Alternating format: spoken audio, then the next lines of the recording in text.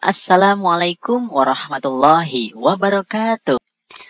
Baik Bapak Ibu Guru semuanya, kita akan melanjutkan pembahasan kisi-kisi pretest PPG PAI tahun 2022. Indikator nomor 111, disajikan materi tentang program pengayaan. Mahasiswa dapat menganalisis konsep pengolahan hasil penilaian program pengayaan unjuk kerja untuk menentukan kuantitas dan kualitas suatu objek dalam pembelajaran. Dalam pelaksanaan program pengayaan dapat dilakukan melalui berbagai metode, diantaranya bentuk belajar mandiri dan belajar kelompok. Salah satu bentuk pengayaan yang dapat diberikan dan merupakan kolaborasi dari program remedial dan pengayaan yaitu titik-titik. Apakah A.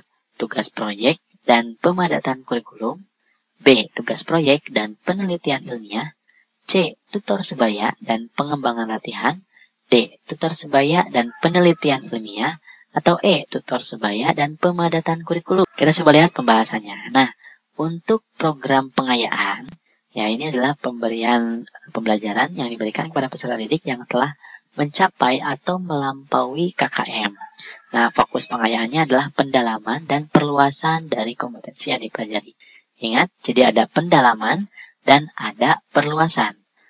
Nah, pendalaman ini adalah kolaborasi antara pengayaan dan remedial. Nah, ada beberapa langkah ya. Ini ada belajar kelompok ya, dilakukan secara kelompok ya, yang mempunyai minat tertentu diberikan tugas tertentu ya sesuai dengan minatnya. Nah, ada juga belajar mandiri, menjadi tutor sebaya bagi teman yang membutuhkan dan pengembangan latihan. Nah, ini dengan mengembangkan latihan praktisnya ini untuk belajar mandiri ya. Nah, jadi jawabannya sudah tahu ya, pengembangan belajar yang bentuk mandiri ya. Nah, ini karena kolaborasi antara program remedial dan pengayaan, jadi harus ada pengembangan latihan. Jadi ini untuk pendalaman materi. Jadi jawabannya adalah yang C ya, tutor sebaya dan pengembangan latihan. Indikator nomor 112 disajikan deskripsi tentang konsep dasar PTK. Mahasiswa dapat mengambil kesimpulan tentang pengertian, ciri, tujuan, dan manfaat PTK ya. Nah, kita coba lihat contoh soalnya. Di dalam sebuah kelas 4, ya, pada pembelajaran materi tayamum, siswa sangat kesulitan memahami dan mengaplikasikan materi dalam kehidupan sehari-hari karena metode yang digunakan hanya ceramah. Nah, Bu Ima sebagai guru PAI mencoba untuk menggunakan metode pembelajaran yang lain, yaitu menggunakan metode cooperative team teaching. Dan hasil belajar yang diperoleh siswa sangat signifikan dan berhasil. Nah, langkah yang digunakan Bu Ima ini sesuai dengan apa? Apakah A. Prinsip PTK, B. Tujuan PTK, C. Pengertian PTK, D. Karakteristik PTK, atau E. Ciri PTK? Kita coba lihat penjelasannya. Nah, PTK ini pengertiannya adalah penelitian tindakan yang dilakukan dengan tujuan memperbaiki mutu praktik pembelajaran di kelas. Nah, di sini sebenarnya sudah ada jawabannya ya. Jadi ini adalah tentang tujuannya. Tujuan PTK ini untuk memecahkan permasalahan di kelas ya. Kemudian peningkatan kualitas praktik pembelajaran, peningkatan relevansi pendidikan sebagai alat training ya, sebagai alat untuk memasukkan pendekatan tambahan ya. Kemudian meningkatkan sikap profesional, menumbuh kembangkan budaya akademik di lingkungan sekolah, dan meningkatkan efisiensi pengelolaan pendidikan. Nah, itu ya. Jadi jawabannya adalah yang B, tujuan dari PTK ya. Kita juga harus memahami hal yang lainnya. Di sini ada konsep tentang penelitian tindakan. Kemudian di sini ada 3 prinsip dasar yang menjadi ciri PTK. Harus ada partisipasi dari peneliti, terus tujuannya untuk meningkatkan kualitas, kemudian ada treatmentnya atau tindakannya, kemudian ada manfaatnya, budaya meneliti, yang merupakan dampak dari pelaksanaan tindakan secara berkesinambungan, memberi manfaat pada munculnya inovasi pendidikan. Nah, ini lebih kepada inovasi pendidikan ya, manfaat dari penelitian tindakan kelas ini. Indikator nomor 113 disajikan deskripsi tentang permasalahan pembelajaran. Mahasiswa dapat menentukan rumusan masalah PTK untuk soalnya. Di SMA Negeri 2 Boyolali, siswa cenderung pasif dan sungkan untuk bertanya. Rumusan masalah dalam PTK berikut, yang mana paling tepat disebut sebagai rumusan masalah PTK. Apakah A? Ini contohnya ya. Apakah pengaruh permainan peran dapat meningkatkan keaktifan siswa kelas 11 SMA Negeri 2 Boyolali? Atau B, bagaimana cara meningkatkan kemampuan siswa dalam mengajukan pertanyaan melalui metode tanya jawab dalam pelajaran PAI di kelas 11 IPA 2? Atau C, mengapa siswa SMA Negeri 2 Boyolali selalu menjadi juara dalam berbagai perlombaan nasional meskipun siswanya cenderung pasif? Atau D, bagaimana cara menggunakan alat peraga yang berasal dari lingkungan sekitar SMA Negeri 2 Boyolali? Nah, untuk rumusan masalah ini seharusnya mengandung deskripsi tentang kenyataan yang ada dan keadaan yang diinginkan. Nah, dalam merumuskan masalah PTK ada beberapa petunjuk yang dapat digunakan sebagai acuan. Nah, yang pertama, masalah hendaknya dirumuskan secara jelas. Artinya tidak mempunyai makna ganda. Kemudian rumusan masalah hendaknya menunjukkan jenis tindakan yang akan dilakukan. Ya, apa tindakan yang akan dilakukannya dimasukkan juga dalam rumusan masalah. Kemudian rumusan masalah hendaknya dapat diuji secara empirik.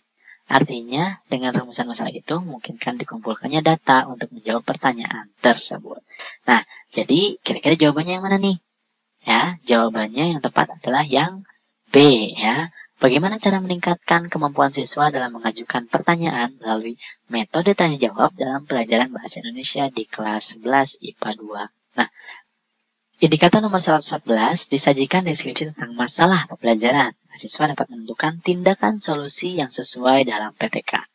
Bu Ani adalah seorang guru PAI ya di sebuah SD negeri. Saat pembelajaran di kelas 6 semester 1 pelajaran 1 tentang Quran Surat Al-Kafirun, ternyata hampir semuanya memiliki kesulitan membaca ayat-ayat Surat Al-Kafirun sesuai kaidah tajwid. Nah, oleh karena itu Bu Ani akan melakukan PTK untuk masalah ini. Dari bacaan di atas, solusi yang dilakukan oleh Bu Ani adalah agar semua siswanya bisa membaca Quran Surat Al-Kafirun sesuai kaidah ilmu tajwid adalah titik. Nah, apakah A, mengubah cara mengajar yang benar, B, mengubah metode pembelajaran yang sesuai, C, mengubah pendekatan pembelajaran yang beragam, D, mengubah langkah-langkah pembelajaran yang benar, atau E, mengubah strategi pembelajaran yang efisien. Tindakan solusi ya, jika perencanaan yang telah dirumuskan sebelumnya merupakan perencanaan yang cukup matang, maka proses tindakan semata-mata merupakan pelaksanaan perencanaan. Namun, kenyataan dalam praktek tidak sederhana yang dipikirkan. Oleh sebab itu, pelaksanaan tindakan boleh jadi berubah atau dimodifikasi sesuai dengan keperluan di lapangan. Tapi jangan sampai modifikasi yang dilakukan terlalu jauh menyimpang. Jika perencanaan yang telah dirumuskan tidak dilaksanakan, maka guru hendaknya merumuskan perencanaan kembali sesuai dengan fakta baru yang diperoleh. Nah, ini konsep tentang tindakan cara untuk mengambil tindakan yang tepat. Nah, jadi jawabannya apa nih? Jawabannya adalah yang B ya, mengubah metode pembelajaran yang sesuai. Nih, kata kuncinya jadi yang sesuai. Indikator nomor 115 disajikan deskripsi tentang kegiatan PTK. Mahasiswa mampu mengidentifikasi langkah-langkah PTK yang sistematik. Nah, kita lihat contoh soalnya. Setelah membuat proposal penelitian tindakan kelas, Bu Ani membuat langkah-langkah PTK. Ini laporannya ya, yang sistematik sebagai berikut. 1. Implementasi tindakan intervensi. 2. Laporan hasil penelitian. 3. Identifikasi dan perumusan masalah. 4. Susunan organisasi tim penelitian. Apakah yang A? 3, 2, 3, 2, 1, 4. Atau yang B, 2, 3, 4, 1, 2, 3, 4, 1. Atau C, 3, 4, 1, 2. Atau D, 1, 2, 3, 4. Atau E, 3, 4, 2, 1. Nah, ini untuk sistematika PTK ya, atau langkah-langkah PTK. Yang pertama harus dilakukan adalah identifikasi dan perumusan masalah PTK-nya terlebih dahulu. Nah, kemudian yang kedua, susun organisasi tim PTK ya. Nah, ini termasuk di dalamnya adalah kolaborator.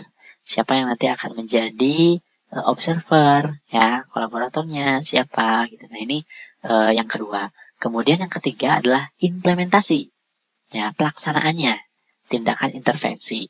Kemudian yang keempat adalah laporan hasil penelitiannya. Jawabannya adalah yang C ya, 3, 4, 1, dan 2. Indikator nomor 116 disajikan deskripsi tentang alur penyusunan proposal PTK. Mahasiswa dapat menentukan langkah-langkah penyusunan proposal PTK. Ya, di sini ya kita bisa langsung saja dilihat ada kerangkanya karena ini tentang langkah-langkah penyusunan. Ya, ini contoh soalnya di sini ada 1 sampai 8. Tujuan, kajian teori, latar belakang, lingkup penelitian, rumusan masalah, metode penelitian, manfaat penelitian, dan tindakan yang dipilih. Nah, mana susunan langkah pembuatan proposal PTK yang benar?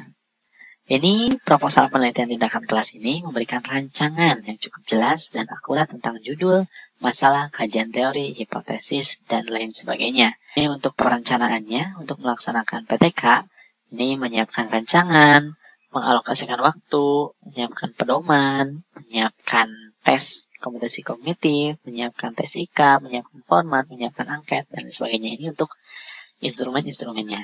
Nah, untuk langkah-langkah proposal, nah ini ya, komponen-komponennya. Yang pertama adalah judul, kemudian latar belakang, identifikasi masalah, pembatasan dan perumusan masalah, kemudian cara pemecahan masalah, tujuan tindakan, manfaat tindakan, kerangka konseptual, dan metode penelitian. Di dalamnya ada subjek, rancangan penelitian, instrumen, dan analisis datanya. Nah, jadi jawabannya adalah yang D ya, 3581472. Nah, indikator nomor 117 disajikan deskripsi tentang kasus pembelajaran sebagai data dan informasi.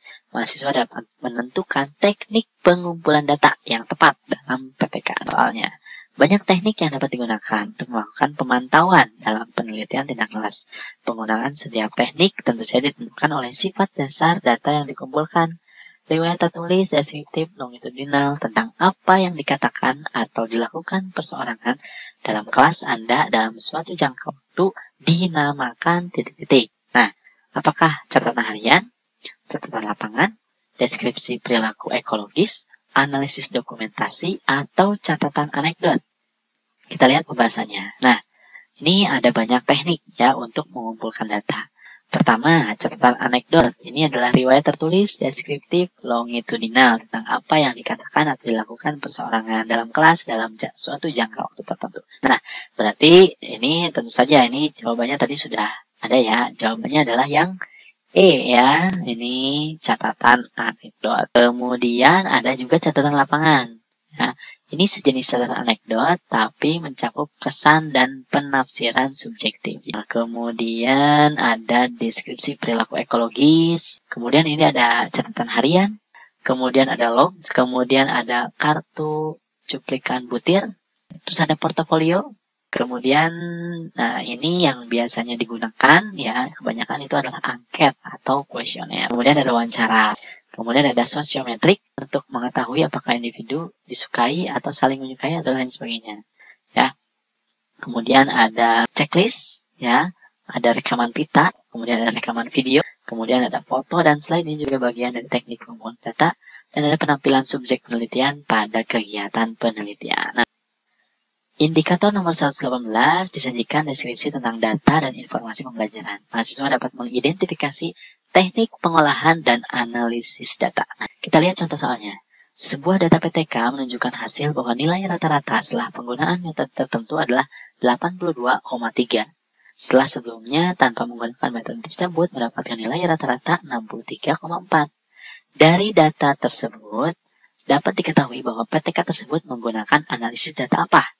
Apakah A. kumulatif, B. kuratif, C. komprehensif, D. kualitatif, atau E. kuantitatif. Jadi kita coba bahas ya, untuk analisis data itu sini ada dua. Ada analisis data kuantitatif dan ada kualitatif ya. Analisis data kuantitatif ini adalah analisis data berupa angka-angka ya, sedangkan analisis data kualitatif merupakan analisis data berupa pernyataan atau keterangan. Nah, jadi yang di atas tadi ini tentu saja karena sudah ada angka-angka, berarti ini jawabannya adalah analisis data kuantitatif. Ya, jawabannya adalah yang E. Ini saya ingin mengulas sedikit data yang telah dikumpulkan, baik kuantitatif atau kualitatif, ini dalam penelitian itu harus dianalisis dan akhirnya sebenarnya bersifat kualitatif. Ya, jadi meskipun kita menggunakan analisis data kuantitatif, tapi tetap saja di akhir harus ada kualifikasinya, ya.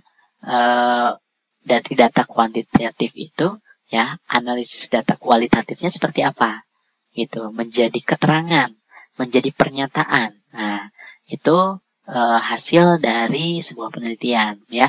Makanya di sebuah penelitian, di setiap penelitian itu kalau menggunakan analisis data kuantitatif itu ada tabel-tabel seperti ini, ya. Ketika misalkan hasilnya 0 sampai 39,9 maka sangat kurang. Jika hasilnya 85 sampai 100 itu berarti sangat baik. Nah, ini pernyataan kualitatifnya. Ini analisis data kuantitatifnya. Gitu. Karena terutama PTK, ya. PTK ini atau penelitian itu harus mengandung pernyataan pada akhirnya. Ini seperti apa? Apakah signifikan atau tidak signifikan atau kurang signifikan atau kurang atau cukup atau baik? Nah, itu pernyataan-pernyataannya. Nah, kalau kualitatif tentu saja, ya, Bapak Ibu bisa menggunakan pernyataan-pernyataan di analisis data kualitatif ini. Nah, pada umumnya analisis data kualitatif ini dapat dilakukan dengan menyeleksi, menyederhanakan, mengklasifikasi, memfokuskan, mengorganisasi, kemudian membuat abstraksi atau kesimpulan makna hasil analisis. Nah, ini untuk analisis data kualitatif. Kalau data kuantitatif ini menggunakan rumus-rumus tertentu. Indikator nomor 119 disajikan deskripsi tentang konsep dasar KTI atau karya tulis ilmiah. Nah, mahasiswa dapat mengambil kesimpulan tentang pengertian, ciri, tujuan, dan manfaat KTI. Kita lihat contoh soalnya dalam sebuah karya tulis yang sifatnya sistematis, objektif, cermat, tepat, benar, tidak persuasif, tidak argumentatif, tidak emotif, tidak mengejar keuntungan sendiri, dan tidak melebih-lebihkan sesuatu adalah ciri-ciri dari titik-titik. Apakah A. Tesis, B. Karya ilmiah, C. Skripsi, D. Usulan penelitian, atau E. Disertasi. Kita coba lihat pembahasannya. Nah, ini adalah tentang karya tulis ilmiah. Ya, karya tulis ilmiah ini disusun berdasarkan fakta, disajikan dengan menggunakan bahasa yang baku, memberikan informasi yang bersifat objektif dan rasional. Nah, ciri utamanya adalah objektif. Jadi objektif itu harus sesuai dengan faktanya. Ciri-ciri bahasanya ada bahasa resmi, sifatnya formal, tidak emosional, keindahan bahasa tetap diperhatikan, menghindari mubazir kata, isinya lengkap, ringkas, meyakinkan, dan tepat. Nah, ini adalah tentang karya ilmiah. Jadi jawabannya adalah B, ya, tadi karya ilmiah. Kemudian di sini ada karakteristik karya ilmiah. Ya, tadi, ya, di sini ini adalah karakteristik karya ilmiahnya. Kemudian boleh disensut nih. Kemudian ada tujuan karya ilmiahnya. Ini cukup banyak juga tujuannya. Kemudian ada manfaat karya ilmiah. Nah, indikator soal nomor 120 disajikan deskripsi tentang ragam KTI. Jadi ini ada banyak macamnya, ya, karya tulis ilmiah. Mahasiswa mampu menentukan ragam bentuk KTI. Nah, contoh soalnya, dalam sebuah karya tulis ilmiah disentuhkan metodologi yang digunakan saat melaksanakan treatment. Karya tulis demikian disebut titik-titik. Apakah A. Buku akademik, B. Makalah, C. Jurnal ilmiah, D. Laporan penelitian, atau E. Review buku. Di sini ada banyak, ya, ragam bentuk KTI. Yang pertama ada makalah. Nah, makalah ini biasanya ditulis untuk keperluan presentasi atau diskusi. Kemudian yang selanjutnya ada artikel jurnal ilmiah. Nah, artikel ini ditulis untuk kepentingan publikasi. Kemudian ada buku akademik. Kemudian ada review buku artikel. Nah, ini juga bagian dari karya tulis ilmiah. Nah, yang terakhir adalah laporan penelitian. Nah, laporan penelitian ini adalah karya ilmiah yang disusun untuk mengungkapkan sebuah proses penelitian dari awal hingga akhir. Nah, di sini harus ada, ya, latar belakang, persoalan, metode yang digunakan, data yang diambil, kerangka teori, dan lain sebagainya. Yang dicantumkan metodologi yang digunakan saat melaksanakan treatment atau penelitian, itu berarti karya tulisnya disebut laporan penelitian. Jawabannya adalah yang D. Baik, Bapak Ibu Guru PAI semuanya, alhamdulillahirrabbilalamin, pembahasan kisi-kisi pretest PPG PAI tahun 2022 sudah selesai. Kami doakan semoga Bapak Ibu Guru guru semuanya yang akan menjalani pretest PPG PAI tahun 2022 ini diberikan kelulusan oleh Allah Subhanahu wa taala dan juga diberi nilai yang terbaik. Mengucapkan terima kasih atas perhatiannya dan mohon maaf jika ada kesalahan. Wassalamualaikum warahmatullahi wabarakatuh.